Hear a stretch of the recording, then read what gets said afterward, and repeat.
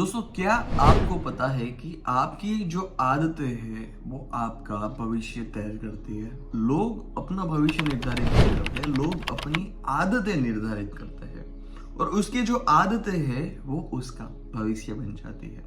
नमस्कार दोस्तों, मेरा नाम है फाल्गुन डाभी। मैं motivational speaker, self help programmer और ट्रेनर हूँ। आज के इस वीडियो में आप सभी लोगों का मैं हार्दिक स्वागत करता हूँ। चलिए आगे बढ़ते हैं। इस वीडियो में वास्तव में जीवन की एक कड़वी सच्चाई है, वो है संतुलन। संतुलन इस जीवन में, संतुलन इस दुनिया में असंभव है। संतुलन कभी हो ही नहीं सकता। संतुलन लाइफ, संतुलन जीवन है वो असंभव है। जीवन में उतार चढ़ाव है, वो आते रहते हैं। उस पर आप अपना एटीट्यूड कैसा रखते हैं वो ज्यादा मायने रखता है। हम जानते हैं एक स्टोरी के बारे में। एक अंध लड़का था, वो अपने पैर के पास एक बोर्ड रखकर बैठा था। बोर्ड में लिखा था कि मैं अंध हूं, कृपया आप मेरी थोड़ी मदद कर दे। लेकिन एक दिन एक लड़का वहां से पसार हुआ। वो जब वहां से पसार हुआ, उसने जब लिखा हुआ देखा, वहां थोड़ी देर खड़ा रहा, उसने पोंछ डाला, कुछ लिखा और फिर वापस वो चला गया। लेकिन उसी दिन शाम को वो लड़का आया और उसने क्या देखा, सोचिए जरा। और लड़के ने जो भी लिखा था वो लोग देखते थे, हैरान हो जाते थे और पैसे डालकर ही वापस जाते थे। आप अब ये सोचिए कि लड़के ने लिखा क्या होगा। जीवन में क्रिएटिविटी और सही एटीट्यूड बहुत ज्यादा जरूरी है।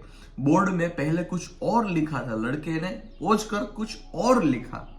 लड़के ने क्या लिखा था पता था? वो सब लोग पढ़ते थे तो कुछ ना कुछ डालकर जाते थे। लड़के ने लिखा था कि आज का दिन बहुत सुनहरा है और मुझे अफसोस है कि मैं आज का ये दिन है वो देख नहीं सकता। वो जब सब लोग पढ़ते थे तब इमोशनल हो जाते थे। बोर्ड में जो लिखा पढ़ते थे तब इमोशनल हो जाते थे और कुछ ना कुछ डालकर ही जाते थे। क्यों? लोगों के मन का एटीट्यूड चेंज कर दिया। और जीवन में जब आपकी परिस्थिति सही हो तब तो आप सही एटीट्यूड रखोगे ही, लेकिन विकट परिस्थिति में जब आपके ऊपर दुख आए तो आप कैसा एटीट्यूड रखते हो वो ज्यादा मायने रखता है। मैं आपसे क्वेश्चन करता हूं कि क्या आप लोग मुझे बताएंगे कि मुझे यहां से कहां जाना है, किस रास्ते की ओर जाना है? तो आप क्या पहले क्वेश्चन करोगे कि पहले भाई बताओ तो खरा, तुम जाना कहाँ चाहते हो? सही है। अगर यदि तुम्हें नहीं पता कि जाना कहाँ है तो फिर आप कहीं भी चले जाओ, क्या फर्क पड़ता है? हर दिन नया शुरू हो, हमारे पास एक विकल्प होता है कि आज के इस दिन में मैं क्या करूं। और विकल्प को ढूंढते ढूंढते ढूंढते आपको विकल्प नहीं मिलता है और आप अपना पूरा दिन गवा देते हो। आप अपने समय की वैल्यू नहीं करते हैं। ऐसे आदमी के साथ आप है तो वो आदमी आपके समय की भी वैल्यू नहीं करेगा। सो रिमेंबर, याद रखिए अपने जीवन में ऐसे व्यक्ति के साथ रहना जो अपने समय की वैल्यू करे, खुद की रिस्पेक्ट करे, तो आपके समय की वो कदर करेगा। और समय जो एक बार चला जाता है फिर वापस नहीं आता। ये सेकंड, ये मिनट जो भी अब बीत गई है वापस नहीं आएगी। और जीवन में यदि सही व्यक्ति, सही गुरु, सही मार्ग मिले तो आप जीवन पार हो जाएंगे। ऐसे ही मैं आपको एक स्टोरी बता रहा हूं, ध्यान से सुनिएगा। एक अध्यापक थे, वो अपने बच्चों को स्मशान में ले गए। एक अध्यापक थे जो अपने बच्चों को स्मशान में ले गए। स्मशान में एक वृद्ध व्यक्ति था, वो लेटा हुआ था। वृद्ध व्यक्ति था, जब लेटा हुआ था तब शिक्षक ने पूछा कि क्या इसके मुंह में कोई दांत है? बच्चों ने कहा कि नहीं, दांत नहीं है। फिर अध्यापक ने फिर से पूछा कि ध्यान से देखो, इसके मुंह में दांत है? बच्चों ने कहा कि नहीं मास्टर जी, इसके मुंह में दांत नहीं है। फिर क्वेश्चन किया कि क्या इसके मुंह में जीभ है? बच्चों ने बड़ी आसानी से उत्तर दिया कि हाँ मास्टर जी, इसके मुंह में जीभ है। तो फिर शिक्षक ने फिर क्वेश्चन किया, मास्टर जी ने फिर क्वेश्चन किया कि बच्चों ऐसा क्यों होता है कि दांत बाद में आते हैं तो भी पहले चले जाते हैं, और जीभ होती है वो जन्म से ही होती है फिर भी मृत्यु तक रहती है? सब बच्चे हो गए। कि भाई इसका उत्तर क्या होता है। सब सुनसान हो गए, साइलेंट हो गए एवरीथिंग। सब बच्चे सोचने लगे लेकिन किसी के पास उत्तर नहीं था। फिर सब बच्चों ने मास्टर जी को कहा कि मास्टर जी इसका उत्तर दो। टीचर ने बड़ी गंभीर तरीके से उत्तर दिया कि बच्चों, एक बात जीवन में याद रखना कि जीवन में नरम बनना, जीवन में नरम बनना। क्योंकि जो नरम बनकर इस दुनिया में, इस पृथ्वी पर रहता है, जो विनम्र बनकर, जो संस्कारी बनकर इस दुनिया में रहता है, उसको फिर कोई हिला नहीं सकता, उसको फिर कोई मिटा नहीं सकता इस दुनिया में से। दांत होता है, उसका स्वभाव कड़क होता है, कठिन होता है। हाँ, उसके पास अपना ईगो होता है और ईगो के कारण उसका पतन बहुत जल्दी हो जाता है। और कभी कभी दांत है वो जीभ को काट भी लेता है, लेकिन जीभ है वो सहन कर जाती है जीवन में। उसके पास शक्ति है, जीभ के पास शक्ति है। यदि वो अपनी औकात बताना चाहे तो इस 32 दांत को भी तोड़ सकता है, लेकिन वो चुप है, वो शांत है, वो विनम्र है, वो संस्कारी है। इसीलिए वो सबसे ज्यादा टिकती है।